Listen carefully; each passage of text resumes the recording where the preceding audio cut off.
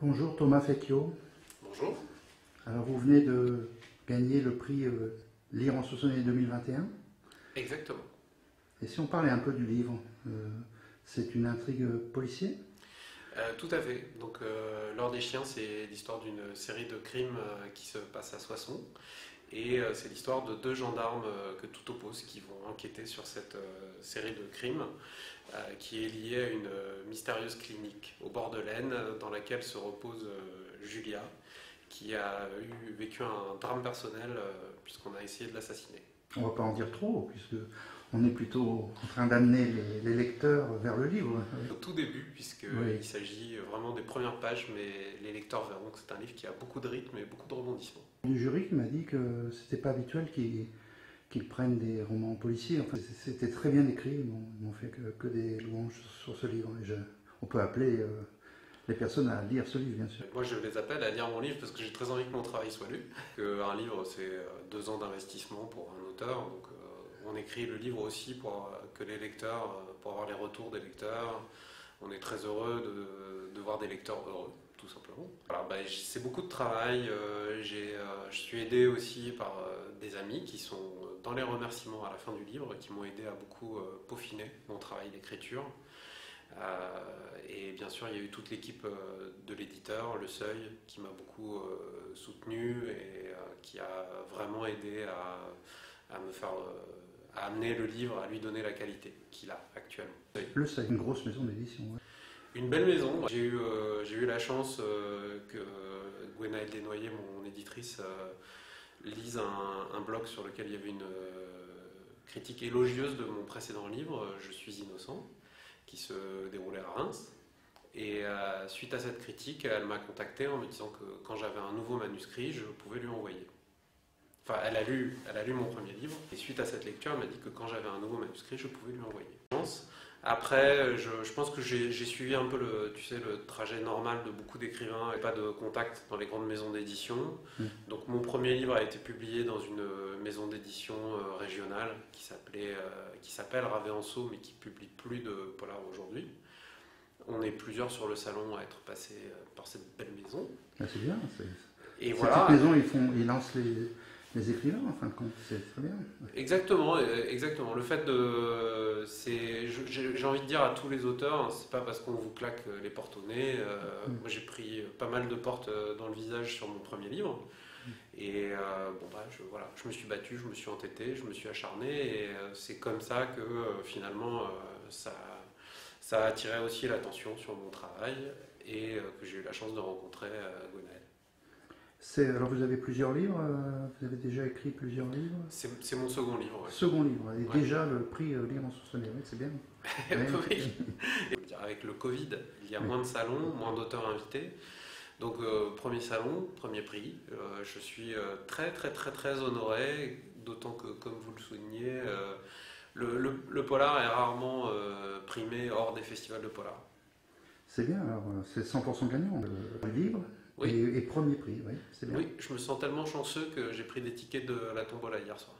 Et pour un jeune auteur, c'est difficile de vivre des publications. Vous avez un métier, vous avez quelque... Oui. Qui est un peu lié, je crois, à la lecture, enfin, pas à la lecture, à l'écriture, pardon. Tout à fait. Je vis de ma plume, mais parce que je travaille aussi pour la télévision, j'écris des scénarios, et je ne vends malheureusement pas encore assez de livres pour prendre ma retraite ou pour l'assurer. Mais j'espère qu'avec le prix, les ventes vont décoller. Oui, bien sûr. Vos scénarios, c'est ce qui vous permet de vivre, de subsister, on pourrait dire. Tout à fait, oui, tout à fait. Ouais. Je suis devenu scénariste depuis 5 ans. J'ai eu la chance de travailler sur la série Candice Renoir pendant 2 saisons. Je développe de nouveaux projets, je propose aussi des sujets pour des séries en cours, puisque ma pente naturelle, c'est plutôt le policier. Je me doute que vous proposez à la télévision, c'est souvent des policiers. Oui, alors il faut aussi, il faut aussi tenir compte d'un élément, c'est qu'il y a beaucoup de séries policières à la télévision française. C'est plutôt positif d'aimer ce genre, parce que c'est un des genres les plus populaires actuellement. Voilà, moi, comme je le dis souvent, c'est ma pente naturelle, parce que je trouve que le polar permet d'exprimer plein de choses Ça permet d'avoir des personnages avec des fortes contradictions, des paradoxes intéressants, et de les confronter à des intrigues où il peut arriver des événements vraiment incroyables. Donc j'aime la dimension humaine du polar, et j'aime les livres qui vous prennent aux tripes et qui vous poussent à enchaîner les chapitres à la lecture. Donc ça m'a aussi amené naturellement vers le polar. Si on parlait du livre, les deux enquêteurs, les deux policiers ou gendarmes, les deux gendarmes, je crois. Deux gendarmes, ouais. Ils sont antagonistes, ils ont pas la même personnalité. Alors leur antagoniste tient sur le fait que c'est un livre qui parle beaucoup du monde du travail actuel, notamment. Et ce sont deux gendarmes qui ont des rapports complètement différents à leur travail. Il y en a un qui est complètement lassé parce qu'il pense que son travail ne sert plus à rien à cause de cette petite criminalité qui nous pourrit la vie à tous et que la police ou la gendarmerie peuvent difficilement endiguer. Et un autre gendarme qui lui est plus jeune, qui est un nouvel entrant on va dire, et qui veut devenir un héros parce qu'il a une dette qu'il a à rembourser. Ah, c'est bien. J'espère qu'on n'en a pas trop dit. C'est le début du livre. Ensuite, les crimes. Bien sûr, c'est bien, c'est ce qui nous passionne. Autre projet, des productions de romans, et à la fois peut-être des productions pour la télévision ou le cinéma, je sais pas. Oui. De toute façon, si je veux continuer à vivre de ma plume, j'ai intérêt à continuer à écrire. Malheureusement, je ne peux pas vous dire sur quoi je travaille en ce moment, puisque les sujets que je propose pour des séries en cours sont confidentiels. Le projet que je développe, je ne veux pas m'attirer le mauvais œil en parlant alors que ce n'est pas encore finalisé. Ah oui, je comprends parfaitement. Et donc sur un nouveau projet de livre, sur un roman d'aventure historique. Et je commence aussi à penser à la suite de L'Or des Chiens. Il y aura une suite à cet ouvrage? Je pense reprendre un des trois personnages principaux pour l'emmener dans de nouvelles aventures dans la région de Soissons. J'ai plusieurs idées et en fait ce que j'essaie de faire maintenant c'est d'écrire beaucoup plus vite. J'ai eu l'occasion de rencontrer des lecteurs de ce livre et retrouver les endroits qu'ils connaissaient parfaitement dans la région, Vauboin, enfin d'autres endroits, les Berges de l'Aisne. Et pour eux c'était très précis et en tant que local, ils s'y retrouvaient parfaitement. Ouais.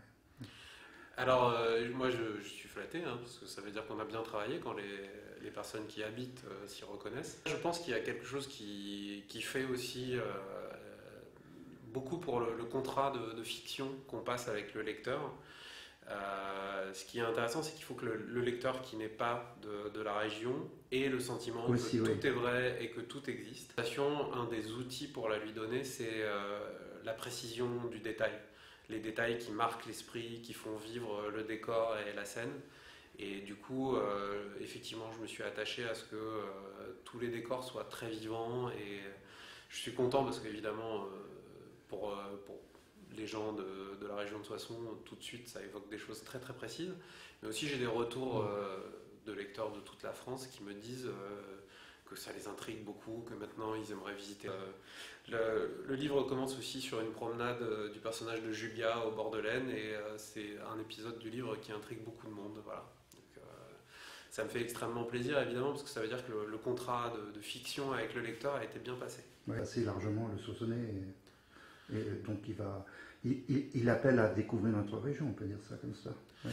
La ville, c'est comment dire, moi c'est un livre qui est issu de ma passion pour l'histoire et comme vous le savez, on est dans une région très riche en histoire. Pendant longtemps, je me suis inspiré aussi de mon expérience parisienne, de beaucoup de choses.